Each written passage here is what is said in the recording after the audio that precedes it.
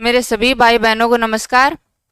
आपने अपने इस चैनल के प्रति जो प्यार और स्नेह दिखाया उसके लिए आप सभी का तहे दिल से धन्यवाद। अपना ये परिवार लगभग 2000 के करीब पहुंच गया है। आपने मेरे पर जो विश्वास जताया उस पर खरा उतरने की पूरी कोशिश करूंगी। कल का दिन आपके लिए और मेरे लिए भी बहुत बड़ा था। मेरे लिए इसलिए कि कल ही मैंने यूट्यूब चैनल स्टार्ट किया, और आपके लिए इसलिए कि कल बहुत से डिपार्टमेंट में बम्पर वैकेंसीज आई हैं। अब ये आपके लिए बहुत क्रूशियल टाइम है।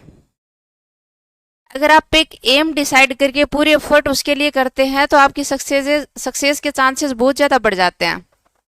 इसलिए अर्जुन की तरह मछली की आंख दिखनी चाहिए। मतलब पूरा एक वैकेंसी पर फोकस होना चाहिए। एक से ज़्यादा नाव में पैर रखने से सफलता के चांसेस घट जाते हैं। हाँ, जिनका 70 से 80% सिलेबस कॉमन है उनको आप ज़रूर कंसीडर कर सकते हो। तो एक बार के लिए अपन देख सकते हैं कि कल कौन कौन सी वैकेंसीज आई हैं। इनमें first grade, second grade, SI, third grade, platoon commander जैसी बहुत अच्छी अच्छी वैकेंसीज हैं। फर्स्ट ग्रेड और सेकंड ग्रेड वालों के लिए तो गोल्डन चांस है। फर्स्ट ग्रेड वालों का जस्ट अभी एग्जाम कंप्लीट हुआ है। सेकंड ग्रेड वालों का होना है तो उनको तो ब्रेक लेने की नीड ही फील नहीं होगी। कंटिन्यूटी में फिर से वैकेंसी आ गई। ऐसे ही एसआई एसआई के लिए तो मैं एसआई जैसे पहली बार पहली बार सबसे ज़्यादा पद आए हैं एसआई में, और ये एक ड्रीम जॉब है। आसमान के चमकते सितारों को आप अपने कंधे पर सजा सकते हैं। सिलेबस की बात करें तो आरएस प्री और इसके सेकंड पेपर में कोई ज़्यादा डिफरेंस नहीं है। सिलेबस बहुत वास्ट है, और जिस हिसाब से कंपटीशन का लेवल बढ़ रहा है और पैटर्न चेंज हो रहा है तो कोई बड़ी बात नहीं है कि इसका पेपर भी आरएस प्री जैसा ही आए। तो अपन एक दिन अलग से क्लास लेके इसकी स्ट्रेटजी और मैं क्या क्या टॉपिक करवाने वाली हूँ उसके बारे में थोड़ा डिस्कस कर लेंगे। अभी जैसे अपन ने जो फर्स्ट इंट्रोडक्टरी जो मैंने वीडियो बनाया था उसमें आपको बताया भी था कि अपन जो भी वैकेंसी अभी वीडियो पटवार और फोर्थ ग्रेड इन सब का एक बार सिलेबस एनालिसिस करके देखेंगे कि किसका कितना वेटेज है, और मुझे कौन से ऐसे टॉपिक्स हैं जो डिफ़िकल्ट हैं और पॉसिबिलिटी है कि आप उनको अनटच छोड़ जाएं, तो अपन उनको कवर करेंगे। उससे पहले एक बार सिलेबस का एनालिसिस कर लेते हैं। तो सबसे पहले जिसका पटवार का, जिसमें 1 महीना ही बचा है एग्ज़ाम होना है, तो उसका देख लेते हैं। पटवार में सबसे ज़्यादा मैथ और रीजनिंग है 90 मार्क्स की। मैथ रीजनिंग जिनको आती है उनके तो कोई दिक्कत नहीं है, बट जिनको भी कोई थोड़ी बहुत डिफ़िकल्टी फील हो रही है तो अपन अच्छे वाले टॉपिक्स कर लेंगे। इतना टाइम तो नहीं है कि पूरा सिलेबस करें, लेकिन अच्छे वाले टॉपिक्स जो मैथ में है वो कवर कर लेंगे। और आप कमेंट में बताते रहना, फीडबैक देते रहना, उसके बेसिस पे अपन देख लेंगे कि क्या कौन से टॉपिक कवर करने हैं। एक बार इसको पूरा खोल के देख लेते हैं। जैसे साइंस साइंस की बात करें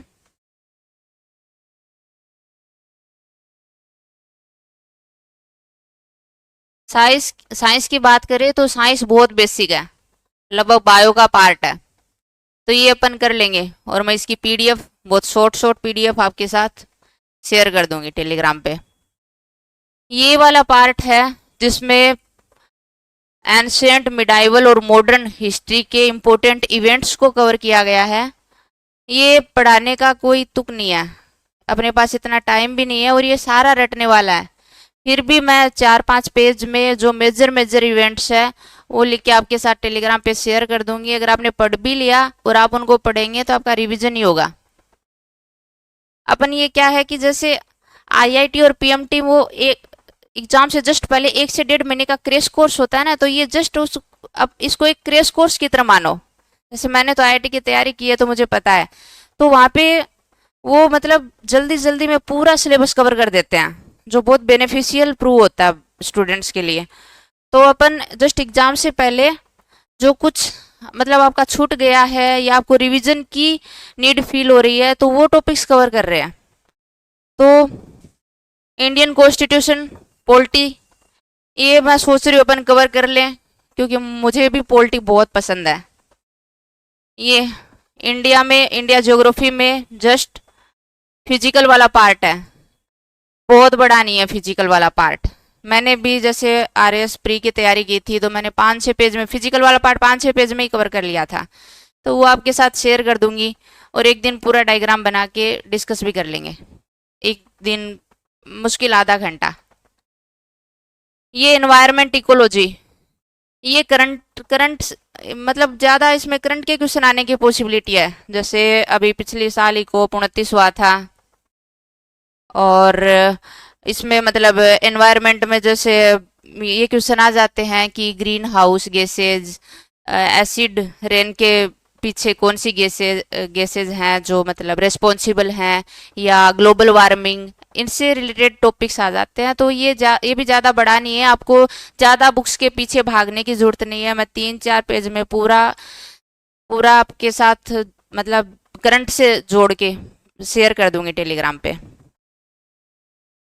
करंट करंट में इसमें नेशनल इवेंट्स कवर हैं, इंटरनेशनल लेवल के अफेयर्स इसमें इंक्लूड नहीं है, और अपने स्टेट लेवल की भी वो ही इवेंट्स आप पूछी जाएंगी जो नेशनल लेवल पे करंट को अफेक्ट कर रही हैं। जैसे अभी 2 दिन पहले दादिया जयपुर में अपने सहकारी मंत्री हैं अमित शाह जी, उन्होंने दादिया जयपुर में सहकार एंड रोजगार उत्सव का उद्घाटन किया है। तो जैसे इससे रिलेटेड जैसे क्वेश्चन आ सकता है कि अपने देश में सहकारिता मंत्रालय 2021 में शुरू हुआ था, जुलाई 2021 में ही, 6 जुलाई को। तो इससे ये भी पूछ सकते हैं। नेक्स्ट स्लाइड पे चलें तो geography, history, art culture Rajasthan का, इसमें अभी इतना टाइम नहीं है कि पढ़ाएं। वैसे भी रोहित ने बहुत छोटी छोटी बुक्स निकाल रखी है, आप उनको प्रीफर कर सकते हो। उसमें आरएस तक का पेपर कवर हो रहा है। हिंदी की भी उसने बुक निकाल दी है, रटने वाला होता है पूरा। हाँ, जनरल इंग्लिश बिल्कुल अपन कवर करेंगे, ये तो मैन है। जनरल इंग्लिश में जैसे कंप्रीहेंशन ऑफ अनसीन पैसेज देख के लगता है कि ये तो कर ही देंगे, लेकिन जैसे मैं आपको बता दूं कि सीजीएल में जैसे बहुत अच्छे कई कई बार ऐसे पैसेज आ जाते थे कि अपन उसको एक बार पढ़ रहे हैं, 2 बार पढ़ रहे हैं, फिर भी समझ नहीं आ रहा कि क्वेश्चन मतलब एक्चुअली पूछ क्या रहा है। तो इसके लिए कुछ ट्रिक्स होती हैं, जैसे कि एक वर्ड देते हैं कि इसके सिमिलर या इसके अपोजिट वर्ड फाइंड करो पैसेज से, या कोई क्वेश्चन है जिसका अपन एग्जैक्ट अप्रोप्रिएट आंसर नहीं फाइंड कर पा रहे हैं, तो उसके लिए कुछ ट्रिक्स होती हैं जो हम सीजीएल में अप्लाई करते थे। क्योंकि सीजीएल में तो आपको पता है उस टाइम जस्ट 120 मिनट में 200 क्वेश्चंस करने होते थे, उसमें भी 200 क्वेश्चन के गोले फिल करने के लिए 20 मिनट तो चाहिए, मतलब 100 मिनट में 200 क्वेश्चन। और वहां पे 4-5 तो ऐसे बड़े बड़े अनसीन पैसेज आ जाते थे, और कई के तो ऐसे आते थे कि उनको पढ़ रहे हैं फिर भी कुछ समझ नहीं आ रहा। तो वहां पे ऐसे ट्रिक्स अप्लाई करते थे हम कि पहले क्वेश्चंस को पढ़ रहे हैं फिर पैसेज को पढ़ें। तो ऐसी ट्रिक्स अपन एक दिन 10 मिनट में देख लेंगे, ये वाला पार्ट। ये करेक्शन ऑफ कॉमन एरर्स और करेक्ट यूजेज, लाइन तो एक ही है लेकिन आपको बता दूं कि ये बहुत वास्ट है। यहाँ पे खोल के नहीं दे रखा, लेकिन जो 4th ग्रेड का सिलेबस है उसमें इसको पूरा खोल के दे रखा है। एरर कहीं से भी आ सकती हैं, टेंस वाले पार्ट से आ सकती हैं, एक्टिव पैसिव वाले पार्ट से आ सकती हैं, डायरेक्ट इनडायरेक्ट वाले पार्ट से आ सकती हैं, प्रीपोजिशन, आर्टिकल, डिटरमिनर और मॉडल, ये कहीं से भी आ सकती हैं। तो शायद बहुत कम मार्क्स की है इंग्लिश पटवार में तो, लेकिन फिर भी अपन इसको थोड़ा बहुत देख लेंगे। वहाँ पे मतलब आपका पढ़ा हुआ हो तो ब्लैंक ना हो, या आपने पढ़ भी लिया हो तो एक बार जस्ट 15, मैं सोच रही हूँ 15 से 20 क्लास लो बस, वो भी जस्ट आधे आधे घंटे की, तो आपका रिवीजन ही होगा उसमें। सिनोनिम एंटोनिम की कोई लिमिट नहीं है। जैसे अगर कोई सीजीएल जैसा एग्जाम हो तो वहाँ तो बहुत अच्छे लेवल के सिनोनिम एंटोनिम आते हैं, क्योंकि वहाँ पे वोकेब का बहुत बड़ा पार्ट होता है। मैं आपको दिखाना चाह रही हूँ कि जब मैंने सीजीएल की तैयारी स्टार्ट की थी तो मेरे पास ये डिक्शनरी, मैं 1.5 साल तक तैयारी स्टार्ट की और सारी बुकें इधर से इधर हो गई, लेकिन ये बुक 1.5 साल तक मैंने बिल्कुल मेरे बेड पर ही रखी थी। और 9 से 10 साल हो गए, आपको दिख भी रही होगी काफ़ी पुरानी हो गई है, 9 से 10 साल हो गए मैंने इसको आज तक ऐसे ही संभाल के रखी है। तो सिनोनिम एंटोनिम की कोई लिमिट नहीं है। मैं आपको नहीं बोलूँगी कि ऐसे 200 200 300 पेजेज की लिस्ट लो और उनको रटो। फिर भी अपन कुछ जैसे बहुत कॉमन होते थे जैसे स्टिंगी, माइजर, स्पेंड थ्रिफ्ट, ऐसे ऐसों की मैं पीडीएफ बना के 4-5 पेज में आपके साथ शेयर कर दूंगी। अगर आपका पढ़ा हुआ है तो आप उसमें से निकल सकते हो। ऐसे ही फ्रेज ईडियम में सेम केस है। इसकी भी जस्ट पीडीएफ बना के आपके साथ शेयर करने वाली हूँ मैं टेलीग्राम पे, आप वहां से देख सकते हो।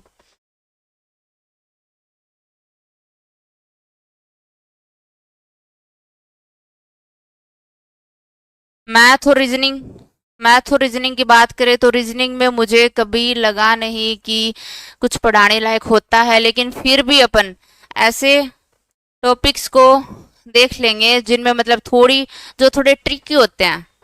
जैसे पढ़ने को तो आप सब पढ़ सकते हो, आपने पढ़ भी लिया होगा, लेकिन लेकिन जैसे ये ब्लड रिलेशन वाला जब ये छोटा सा है तो हर कोई कर देता है, लेकिन अगर दो तीन लाइंस का आ गया तो ऐसे ऐसे डायग्राम बनाने बैठे तो बहुत बड़ा हो जाता है। तो उसके लिए मतलब सीजीएल में जैसे हम ट्रिक अप्लाई करते थे तो वो मैं आपके साथ शेयर कर दूंगी जस्ट 4-5 मिनट में।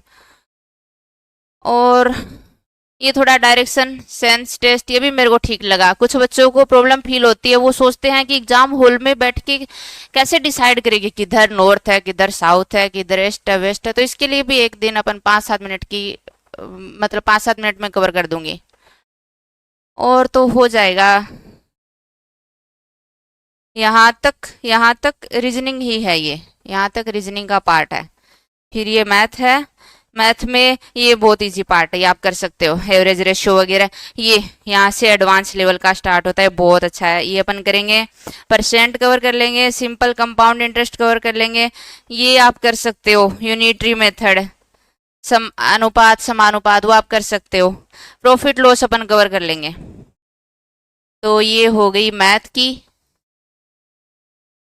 कंप्यूटर कंप्यूटर की रोहित ने बुक निकाल ही रखी है। वैसे तो मैं कंप्यूटर से बीटेक हूँ, लेकिन अभी अपने पास इतना टाइम नहीं है कि अपन कंप्यूटर को भी सोचें।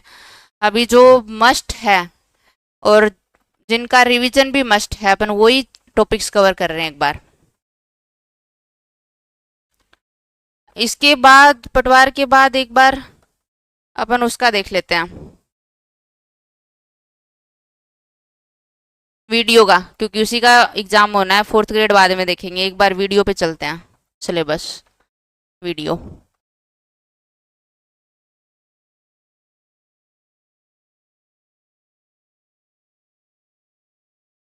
ये वीडियो का, वीडियो में पहले पहले हिंदी आप कर लोगे, इंग्लिश कोई डिफरेंस नहीं है पटवार और वीडियो में, सेम टॉपिक है। वही ग्रामर, कुछ खोल के नहीं दिया, लेकिन एरर के क्वेश्चन कहीं से भी आ सकते हैं।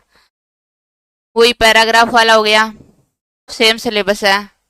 मैथ में भी वही सेम सिलेबस है, लेकिन यहाँ से देखो एडवांस लेवल की मैथ स्टार्ट हो रही है और ये अपन पूरा करने वाले हैं। ये वाला पार्ट जो बहुत इंटरेस्टिंग लगने वाला है, क्योंकि सही बताऊं मज़ा एडवांस लेवल की जो मैथ होती है उसी में आता है, जो 11th 12th लेवल की होती है। स्पेशली स्पेशली ये वाला पार्ट जो अच्छा होता था उस टाइम भी। फिर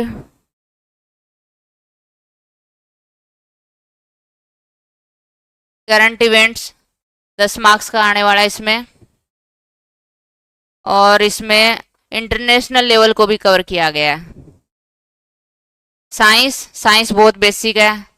वीडियो पटवार और 4th ग्रेड की सेम साइंस रहने वाली है, वही डेली बेसिस की साइंस दे रखी है, अपन कवर कर लेंगे। हाँ, लेकिन इसमें देखो ये 3 टॉपिक ये टेक्नोलॉजी के हैं और ये करंट से रिलेटेड, मतलब आता ही इनसे करंट से रिलेटेड है। कोई नहीं पूछेगा कि रोहिणी सीरीज कब लॉन्च हुई, एसएलवी पीएसएलवी वो सब पुराने हो गए, करंट का पूछेंगे। तो अपन इनको एक दिन थोड़ा सा डिस्कस करके 2 से 3 पेज में आपके साथ पीडीएफ शेयर कर लूंगी, आप तो उतना पढ़ लेना।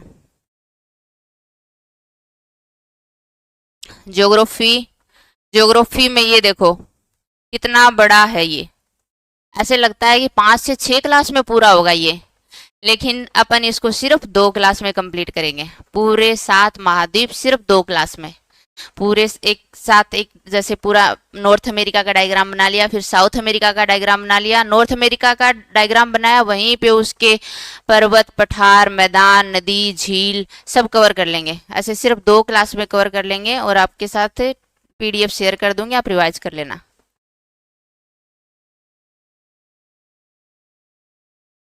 फिर है इंडिया। इंडिया में वही है इकोलॉजी, जो पटवार में है सेम रहेगा, और एनवायरनमेंट वही रहने वाला है।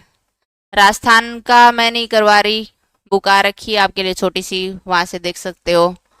हाँ ये देखो, ये वाला पार्ट, ये है इकोनॉमिक सर्वे। इसमें बहुत ज़्यादा मैटर इकोनॉमिक सर्वे का कवर होने वाला है, और अपन इसको 6 से 7 क्लास में कंप्लीट कर लेंगे। वैसे तो आपको पता है इकोनॉमिक सर्वे कितना वास्ट है, 200 से 250 पेज का इतना मोटा पोथा है इस बार, बट अपन जो अपने अपने अपने काम के हैं उसको 6 से 7 क्लास में कवर करने वाले हैं।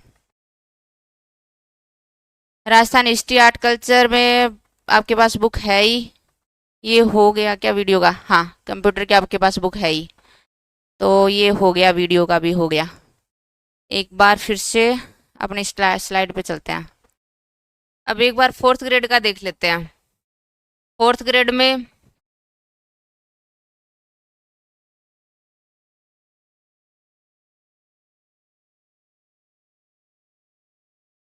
ग्रेड में जैसे कि नोर सामान्य हिंदी आप कर ही लोगे। अपना मेन है जनरल इंग्लिश और मैथ, जनरल मैथ, दोनों में 15-15 क्वेश्चन आने हैं। यहाँ पे 120 क्वेश्चंस 200 मार्क्स के, मतलब एक क्वेश्चन 1.67 मार्क्स का रहने वाला है, तो मतलब 15 क्वेश्चन हो गए 25 मार्क्स के, और ये भी 25 मार्क्स के। टोटल मैथ और इंग्लिश में 30 क्वेश्चंस हो गए, 30 क्वेश्चंस 50 मार्क्स के हो गए। तो इंग्लिश का भी जैसे बहुत वास्ट सिलेबस है, बट आप 15 क्वेश्चन को सही करने के लिए या 15 क्वेश्चन को कवर करने के लिए 15 से 20 क्लास तो ले ही सकते हो। तो अपन इंग्लिश को करेंगे यहाँ पे 15 से 20 क्लास में, जिसमें से अगर आपकी इंग्लिश नहीं पढ़ी हुई है या आपको कम इंटरेस्टेड लगती है तो भी आप, मैं इतना अश्योर करती हूँ कि 25 में से आप 12 से 13 मार्क्स तो ले ही आओगे। और अगर आपने पढ़ ली या आपका ऑलरेडी अच्छा है तो आपके लिए रिवीजन हो जाएगा। अपन इसको शॉर्ट में ही करेंगे, और मुश्किल से 50 पेज का मटेरियल होगा जो मैं आपको यहाँ पे समझाती रहूँगी और टेलीग्राम पे शेयर करती रहूँगी। अब इतना टाइम नहीं है कि आप एक 150 पेज की बुक्स लेके बैठो, उससे अच्छा है कि आप 50 पेज को 2-3 बार रिवाइज कर लो। और एक और आपका जैसे भी फीडबैक रहेगा या आपका जैसा भी रिव्यू दोगे आप, तो अपन जस्ट एग्ज़ाम से पहले 4-5 दिन के लिए इसको फिर से रिवाइज कर लेंगे, वो आप बता देना। तो एक बार इसको भी पूरा खोल के देख लेते हैं, सिलेबस को क्या क्या है इसमें। मैथ्स भी अपन अच्छे अच्छे टॉपिक्स करने वाले हैं, चलो एक बार खोल के देख लेते हैं। पोल्टी पोल्टी 10 मार्क्स की है यहाँ पे, जिसमें से Indian constitution and political system 5 marks का है, और ये राजस्थान वाला एडमिनिस्ट्रेटिव सिस्टम ये भी 5 मार्क्स का है। 5 क्वेश्चंस ओ सॉरी, ये 10 क्वेश्चन है, तो 5-5 क्वेश्चंस है। और ऐसे ही करंट अफेयर्स इसमें नेशनल और राजस्थान लेवल का आने वाला है, तो इनके भी दोनों के 5-5 क्वेश्चंस रहने वाले हैं 10 में से। और अपने बार सिलेबस को पूरा डिस्कस कर लेते हैं, खोल के देख लेते हैं। जनरल इंग्लिश सबसे पहले यही आ गया। जनरल इंग्लिश में टेंस, वॉइस, नरेशन ये सब अपन कर लेंगे। करेक्शन ऑफ सेंटेंस, ये पूरा यहाँ तक ग्रामर का पार्ट है। ग्रामर का पार्ट है ये। वर्ड्स रोंगली यूज्ड, ये मतलब जो कंफ्यूजिंग वर्ड्स होते हैं, जैसे थोड़ा बहुत मैं आपको बता दूं, आप जैसे कि एक वर्ड होता है हंग, एक होता है हैंग्ड, कि जैसे किसी ने कोई तस्वीर लटकाई तो उसके लिए हंग आता है, और हैंग्ड होता है सजीव चीज को लटकाना, जैसे फांसी देना। तो एग्जाम में ऐसे होगा कि हंग किसी के लिए सजीव चीज के लिए लिख देंगे, तो इनमें ऐसे वर्ड्स होते हैं।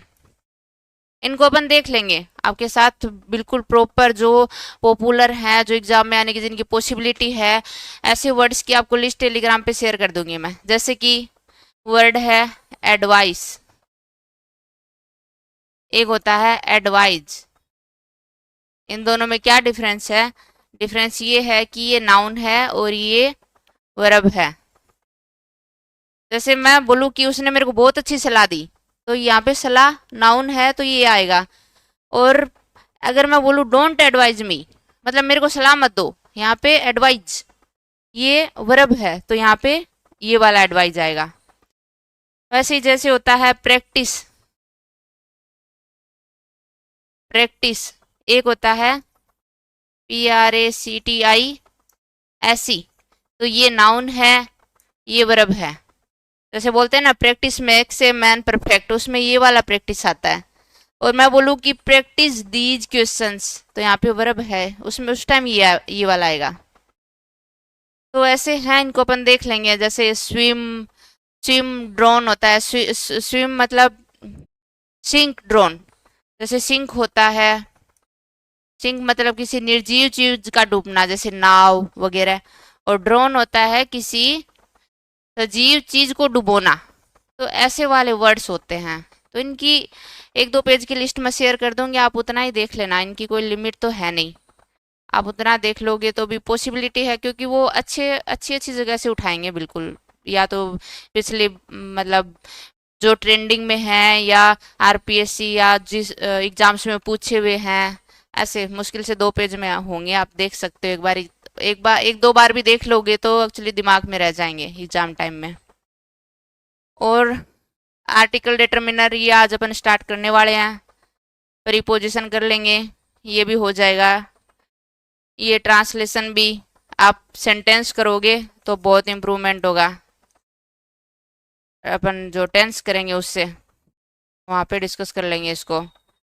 वैसे भी RS की तरह ये तो है नहीं कि आपको हिंदी का बड़ा सा शब्द मिलेगा उसको इंग्लिश में ट्रांसलेट करना है। ऑप्शन तो मिलेंगे ही, थोड़ा बहुत नॉलेज है टेंस का तो हो जाएगा ऑप्शन देख के। ये glossary of official and technical terms, ये इतना वाला, इसकी भी कोई लिमिट नहीं है। लेकिन इसके लिए अपन माध्यमिक शिक्षा बोर्ड में जो दे रखे हैं वो वाले, और पिछले एग्जाम्स में जो आए हुए हैं उनकी एक PDF बना के आपको टेलीग्राम चैनल पे शेयर कर दी जाएगी। आप वो ही पढ़ लेना, जगह जगह बुक्स को देखने की बजाय आप उसी को पढ़ लेना, काफ़ी होगी। क्योंकि लगभग क्वेश्चन अपने जो माध्यमिक शिक्षा बोर्ड की बुक्स हैं RBSC की, वही से उठते हैं। अब देख लेते हैं आगे।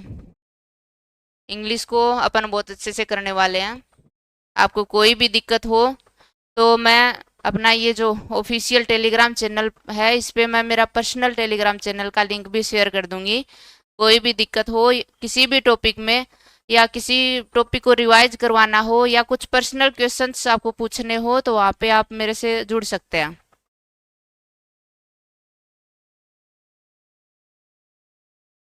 ज्योग्राफी ऑफ राजस्थान के लिए आपके पास ऑलरेडी बुक है एक। हिस्ट्री आर्ट कल्चर के लिए बुक है। हिस्ट्री, अच्छा 2 स्लाइड हो गई इसकी, ठीक है।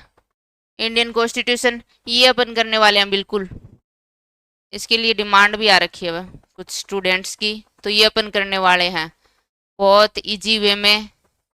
क्योंकि RS में तो बहुत अच्छे लेवल का आता है, ये आपके बहुत लिमिटेड है, तो अपन उसी जितने का वेटेज है उसी प्रोपोर्शन में करेंगे। 5-7 पेज मैक्स, या 2 क्लास में कर लेंगे ये। जनरल साइंस, मैं इसको बहुत देर से देख रही थी। जनरल साइंस बहुत अच्छा है बिल्कुल। ये दोनों केमिस्ट्री के पार्ट हैं, ये फिजिक्स का पार्ट है। फिजिक्स बहुत वास्ट होता है, लेकिन आपके जस्ट एक लाइन दी है, एक टॉपिक दिया है जस्ट छोटा सा लाइट वाला, अपन बचपन से पढ़ते हैं, रिफ्लेक्शन रिफ्रैक्शन, वो वाला कर लेंगे, इसको अच्छे से कर लेंगे। ये वाला बायो का पार्ट है और बहुत अच्छा दे रखा है। क्वेश्चन मेजर यहाँ से आते हैं, मेजर ह्यूमन डिजीज, जिसमें बैक्टीरिया, वायरस, प्रोटोजोआ, या कभी कभार ऐसे भी पूछ लेते हैं कि गंदा पानी पीने या गंदे भोजन से होने वाली डिजीज वो वाली, या फिर सेक्सुअल कांटेक्ट से होने वाली डिजीज, या फिर जो जन्मजात होती हैं जीन या फिर क्रोमोसोम की वजह से, तो वो सारी कर लेंगे अपन इसमें। उनकी काज डायग्नोसिस सब सब अच्छे से कर लेंगे, और यहाँ से बहुत अच्छे क्वेश्चंस आते हैं और आने भी यहीं से हैं। ये तो ये तो जस्ट पढ़ लेंगे अपन, लेकिन मेजर वही है। वेस्ट मैनेजमेंट में से मुझे नहीं लगता कोई क्वेश्चन आएगा, बट देख लेंगे किस पे है, मतलब कितना क्या है इसमें। करंट इवेंट्स बता ही दिया, 10 क्वेश्चंस आने हैं, 5 नेशनल लेवल के, 5 स्टेट के, दोनों कवर होंगे। मैन मेजर इवेंट्स देख लेंगे इसकी भी। मैथ मैथ में कुछ भी अलग नहीं है। टोटल टोटल उसमें पटवार और वीडियो में कवर हो रखा है, लेकिन आपके पास 2.5 महीने है। वहाँ तो क्या है, मैंने बताया था ना, क्रेश कोर्स, जल्दी जल्दी में जो अच्छे टॉपिक है वही करेंगे। अगर आप में से किसी को दिक्कत है तो अपन पूरा कर लेंगे। ये टाइम है अभी, 2.5 महीने है। 15 दिन का है, एक टॉपिक हो जाता है एक दिन में, इतना कुछ ज़्यादा नहीं होता, एक दिन में एक टॉपिक हो जाता है। 10 से 12 दिन का है, कर लेंगे अपन ये भी। तो ये था 4th ग्रेड का सिलेबस। अभी अपन अपना आज का टॉपिक स्टार्ट कर लेते हैं, आर्टिकल डिटरमिनर। वैसे वीडियो पटवार में तो जस्ट बहुत कम मार्क्स की इंग्लिश है, सिलेबस भी बहुत वास्ट है, तो अपन आर्टिकल डिटरमिनर को ज़्यादा टाइम नहीं देंगे, 15 से 20 मिनट में टोटल हो जाएगा। क्योंकि वहाँ तो जैसे 4th ग्रेड में तो फिर भी 15 क्वेश्चन आने हैं, तो पूरी पॉसिबिलिटी है कि एक क्वेश्चन तो 100% होगा आर्टिकल डिटरमिनर से। वहाँ पे मैं बिल्कुल अश्योर नहीं करूँगी कि एक क्वेश्चन होगा ही होगा। तो इसी उसी टाइम प्रोपोर्शन के हिसाब से देख लेते हैं एक बार आर्टिकल डिटरमिनर को।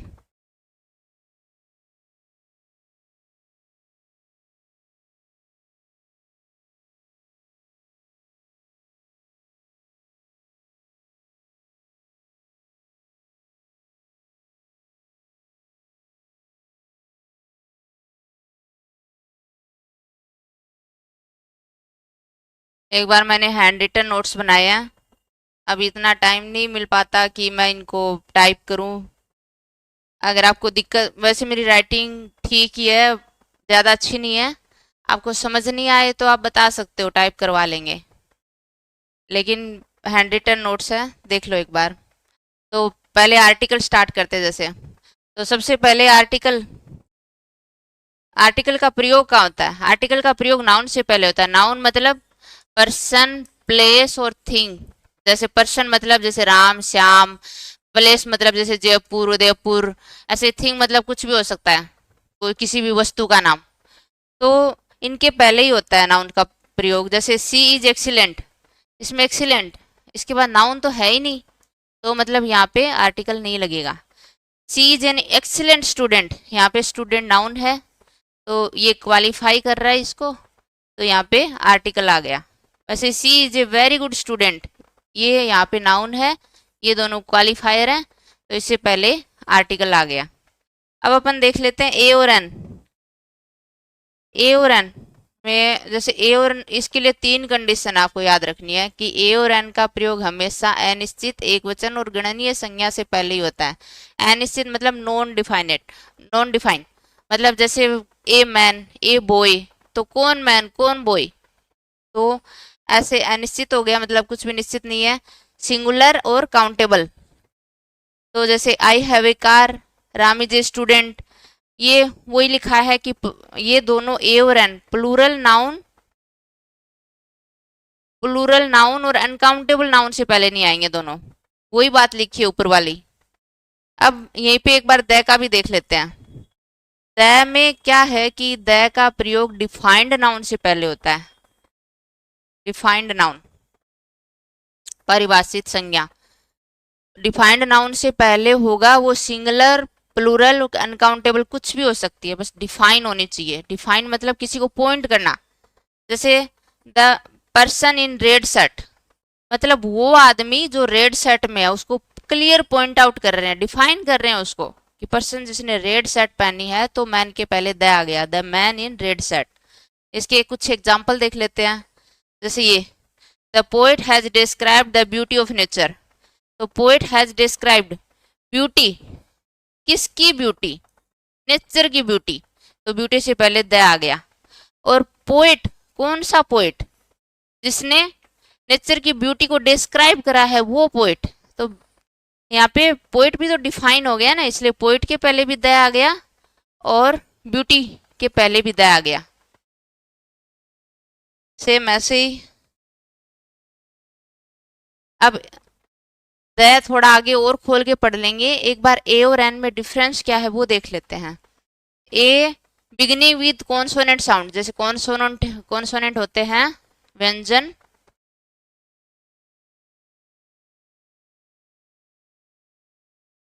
जैसे कॉन्सोनेंट होते हैं व्यंजन जो कै से य तक होते हैं। अगर इसकी ध्वनि से कोई वर्ड स्टार्ट हो रहा है तो उसके पहले ए आएगा। और जो वोवल साउंड जैसे 11 वोवल होते हैं ना, स्वर, उसकी ध्वनि से कोई वर्ड स्टार्ट हो रहा है तो उसके पहले एन आएगा। जैसे कुछ एग्जाम्पल भी देख लेते हैं। ये वो एग्जाम्पल हैं जो यूनिक है, मतलब एग्जाम में आने की। अगर ए और एन पे क्वेश्चन आएगा तो इसमें से ही आएगा। मैंने 2-3 जगह से उठा के इनको कलेक्ट करा है, कुछ बचा नहीं है। मतलब इनको भी आप अगर देख लेते हो तो बहुत अच्छी पॉसिबिलिटी हो जाती है क्वेश्चन सही होने की। तो ये देखो, ए यूनियन, यू से स्टार्ट हो रहा है। एम्पायर, ए से स्टार्ट हो रहा है, एम्पायर, तो एन आ गया। यूरोपियन सिटी, यू से स्टार्ट हुआ इसलिए ए आ गया। एक्सपेंसिव, ए से स्टार्ट हुआ तो एन आ गया। ये हावर नहीं होता, ये होता है आवर, आ से स्टार्ट होता है इसलिए एन आ गया। ये होता है ओनर, होनर नहीं होता, ओनर, इसलिए एन आ गया।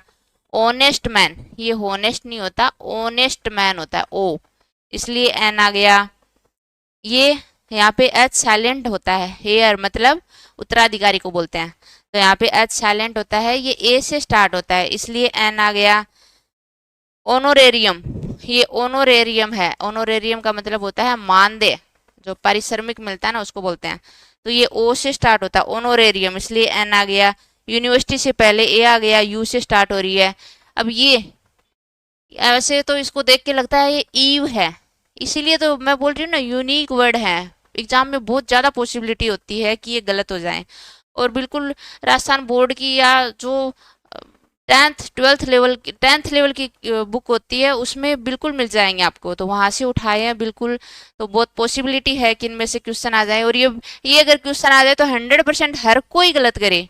इसको यू कौन पढ़ेगा? यू तो कोई नहीं पढ़ेगा, इसको यू पढ़ेंगे और अपन एन लगाएंगे, इसलिए इनको मैंने यहाँ पे कवर करा है। ये इस ईव नहीं है, ये यू है, इसका मतलब होता है बेड़, इसलिए इसके पहले ए आ गया। ये इसको वैसे तो अपन सोचते हैं कि ईयर, अपन बोलते भी ऐसे हैं, लेकिन ये ई से स्टार्ट नहीं होता, ये के ऊपर ई, छोटी ई, ईयर ऐसे लिखा होता है इसको, ईयर, इसलिए इसके पहले ए आता है। ये ऐसे वर्ड्स ध्यान रखने लायक हैं। ऐसे ही यूनियन का तो पता चल रहा है, यू से। यूनिक, प्लेनेट, इसमें भी यू से। आगे देख लेते हैं बार। तो ए और एन की तो आप ये सीट देख लेना अच्छे से, इसमें जितने भी एक्सेप्शन है या जहाँ पे गलत होने की पॉसिबिलिटी है वो मैंने सारे मतलब इसमें कलेक्ट करने की पूरी कोशिश करी है। अब ये हैं दो, जैसे सच और मैनी, ये कई बार आ जाते हैं क्वेश्चन में। जैसे यहाँ पे अगर सिंगुलर नाउन दे रखा है इनके बाद में, सच और मैनी के बाद में सिंगुलर नाउन दे रखा है तो उसके पहले ए एन आएगा। ये मैंने पूरा लिख भी दिया है यहाँ पे थ्योरी में। ये सच और मैनी के बाद यदि सिंगुलर नाउन आए तो उस नाउन के पहले ए और एन का प्रयोग करना है, ये बिल्कुल याद रखना, आपको कई बार आ जाता है एग्जाम में। We should not turn down such a proposal, ये एग्जाम्पल है, मतलब कि हमें ऐसा प्रस्ताव नहीं ठुकराना चाहिए था। We should not turn down such a proposal.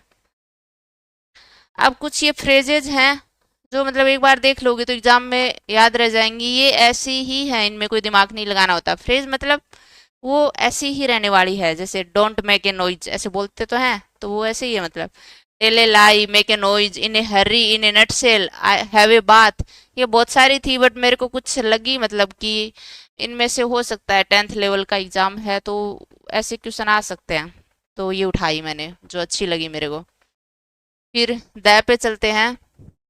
The मतलब वहाँ पे एक एग्जाम्पल देखा था कि कोई कुछ किसी को डिफाइन कर रहे हैं, पॉइंट आउट कर रहे हैं, तो वहाँ पे द लगता है। अब इसके 4-5 एग्जाम्पल और कर लेते हैं, थोड़ा सा ध्यान से देखना है।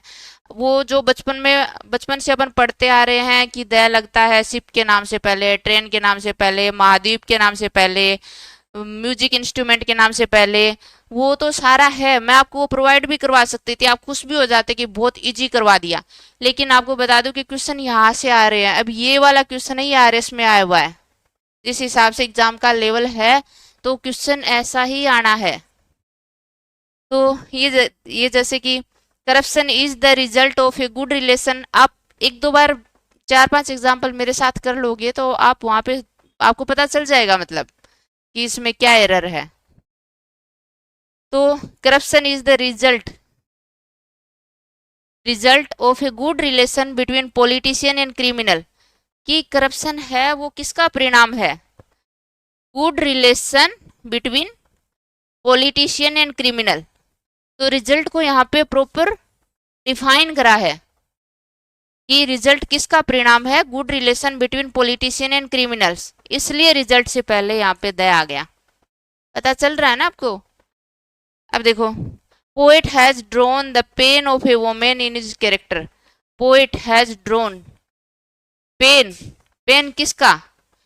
वोमेन का, इन दिस कैरेक्टर। मतलब पेन किसका? एक वोमेन का। तो पेन को डिफाइन कर दिया यहाँ पे, बिल्कुल डिफाइन है पेन। आगे ऑफ से जोड़ के इसको बिल्कुल वो बना दिया, मतलब बिल्कुल डिफाइन कर दिया पेन को। वैसे ही पोएट, पोएट क्या कहता है क्यों लगा है? पोएट भी डिफाइन है। वो पोएट जो पेन को जो ड्रॉ कर रहा है एक वुमेन के पेन को इन ए कैरेक्टर। तो यहाँ पे पोएट भी डिफाइन है, इसलिए यहाँ पे द लगा है। समझ आ रहा है आपको? अब देखो आगे, ये वाला देखो, वाटर के पहले द थोड़ी लगता है। अब देखो वाटर के पहले द लगा है, क्यों? क्योंकि वाटर यहाँ पे डिफाइन है। कौन सा? टैंक का water, water of the tank. बिल्कुल वाटर डिफाइन है, इसलिए इसके पहले द लग गया। और अब टैंक के पहले क्यों लगा है? टैंक भी बिल्कुल डिफाइन है।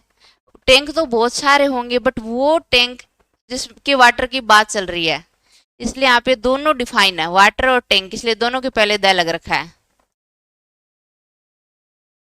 अब the condition of my family, यहाँ पे कंडीशन है। किसकी कंडीशन? माई फैमिली की कंडीशन, इसलिए यहाँ पे द लगा है। कंडीशन किसकी? माई फैमिली की कंडीशन, इसलिए इसके पहले यहाँ पे द लग गया। All the roads of Jaipur. अब रोड्स के पहले द क्यों लगा है? रोड्स तो बहुत सारी हो सकती है बट यहाँ पे पर्टिकुलर डिफाइन करा है रोड किसकी? जयपुर की रोड्स, इसलिए यहाँ पे द लगा है। रोड्स ऑफ जयपुर से पहले। The man standing outside is my father. मतलब यहाँ पे मैन को बिल्कुल पॉइंट आउट किया गया है कि बाहर जो आदमी खड़ा है वो मेरा फादर है, इसलिए मैन से पहले द लगा है। बिल्कुल पॉइंट आउट कर रहे हैं अपन, कौन सा आदमी जो बाहर खड़ा है वो मेरा फादर है। All the books of Karl Marx. Books से पहले द क्यों लगा है? क्योंकि बुक्स किसकी? कार्ल मार्क्स की बुक्स, बिल्कुल प्रॉपर डिफाइन करा है, इसलिए बुक्स से पहले द लग गया। काउज आर यूजफुल, एक नॉर्मल सेंटेंस है, इसके पहले कोई आर्टिकल नहीं है, बट जैसे ही बोल दिया the cows of Rajasthan, cows के पहले द लग गया। क्योंकि काउज, कौन सी काउज? राजस्थान की गाय। जैसे ही इनको बिल्कुल प्रॉपर डिफाइन किया कि गाय कहाँ की? राजस्थान की, वैसे यहाँ पे द लग गया। ऐसे ही the temple of lord Krishna will be decorated on the day of Janmashtami. Temple तो बहुत सारे हो सकते हैं बट कौन सा temple? Temple of lord Krishna will be decorated on the, एक तो यहाँ पे द आ गया बिल्कुल, क्योंकि टेम्पल को बिल्कुल क्लियरली डिफाइन करा है किसका मंदिर है। Will be decorated on the day of Janmashtami. Day तो बहुत से हैं बट कौन सा डे? जन्माष्टमी के दिन पर सजाया जाएगा। बिल्कुल क्लियरली डिफाइन है डे, इसलिए यहाँ पे द लग गया।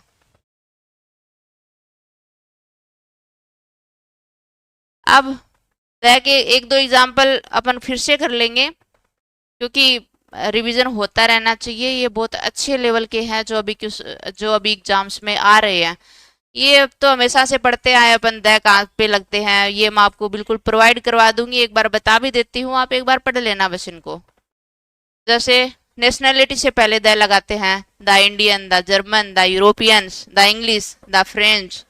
ऐसे ही द कुछ मतलब जैसे नेम ऑफ डायरेक्शंस, जैसे नॉर्थ, नेम ऑफ डायरेक्शंस जैसे north, south, east, west. Newspaper जैसे the Hindu, the Indian Express. Name of train जैसे द शताब्दी एक्सप्रेस। शिप जैसे राजपुताना, द राजपुताना।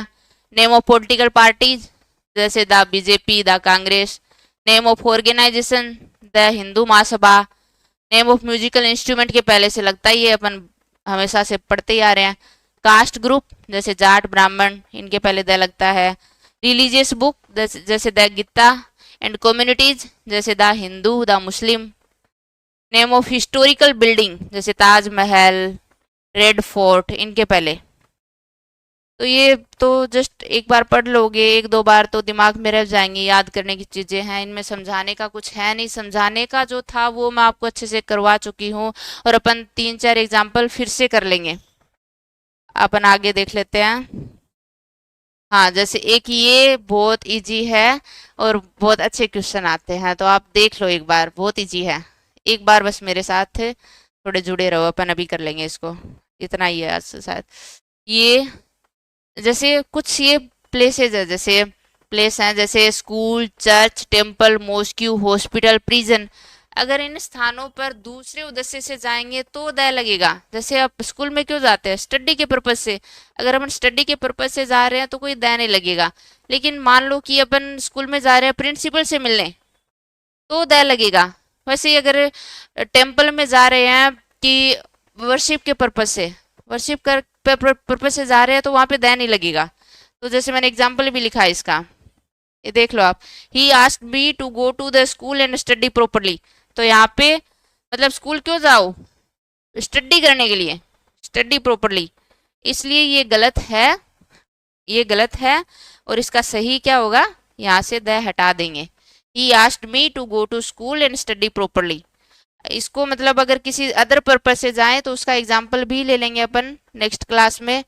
अब 5 मिनट का आपके ये रहा है, जिसमें मतलब कुछ ऐसे जैसे थोड़ा सा और कवर कर लेंगे, जैसे सुपरलेटिव डिग्री हो उससे पहले द आता है, या कोई एक दो और वर्ड उनसे पहले द आता है, और फिर कुछ ऐसे वर्ड्स ले लेंगे जिनके पहले कोई आर्टिकल नहीं आता, उनको याद रखना है। और फिर 10 मिनट का डिटर्मिनर है। डिटर्मिनर बहुत ईजी है, आपको 10 मिनट में हो जाएंगे। उसके बाद अपन प्रीपोजिशन स्टार्ट करेंगे, और उसके बाद में टेंसेज पे आएंगे। टेंसेज, टेंस, एक्टिव, पैसिव और नरेशन, तीनों एक ही सीक्वेंस में हो जाते हैं। अगर आपके टेंस समझ में आ गए तो एक्टिव, पैसिव और नरेशन तो 5-5 मिनट का काम है, बस हवा बना रखा है कि मतलब पैसिव वॉइस नहीं आते, डायरेक्ट इनडायरेक्ट नहीं आते। अगर आपको टेंस समझ में आ गए तो वो बहुत ईजी हैं दोनों। अपन इनको बहुत अच्छे से कवर कर लेंगे, तो आप मेरे साथ जुड़े रहे। और एक कहीं से भी मतलब बहुत सा मटेरियल इकट्ठा करना, या ऐसे 150-150 पेज की बुक्स लेके उनको मतलब स्टडी करके या डिप्रेशन में जाने की आपको जरूरत नहीं है। मैं टेलीग्राम चैनल पे बिल्कुल 50 स्लाइड्स में ये मैटर पूरा कवर करके आपके साथ शेयर कर दूंगी। आप वो पूरा पढ़ लेना, आपको ऐसे लगेगा कि मैंने 150-200 पेज की बुक्स ही पढ़ ली, इतना कॉन्फिडेंस आ जाएगा, मैं इतना श्योर करती हूँ आपको। तो और आपको कोई भी दिक्कत हो तो मैंने पहले भी बताया कि मैं जो मेरा पर्सनल टेलीग्राम लिंक है वो आज से जो अपना एक ग्रुप है टेलीग्राम का, इसमें शेयर कर दूंगी। आप मेरे को मैसेज कर सकते हो, आपकी जो भी क्वेरी होगी वो प्रॉपरली मैं कोशिश करूंगी कि उनको मतलब सेटल करूं। मेरे पास इतना टाइम नहीं होता। कल का जैसे बहुत बिजी डे था, ऑफिशियल वर्क बहुत था, तो मैं क्लास नहीं ले पाई। लेकिन आज